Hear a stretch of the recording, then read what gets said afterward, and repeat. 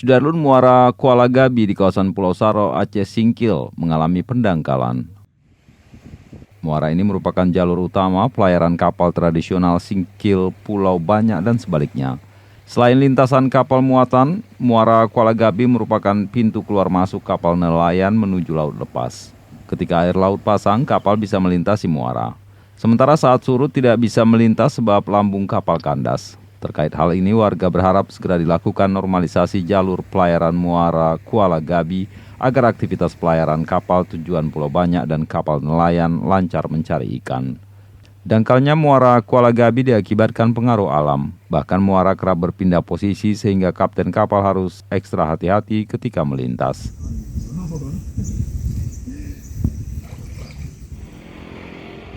Dari Singkil, Dede Rosadi, Serambion TV.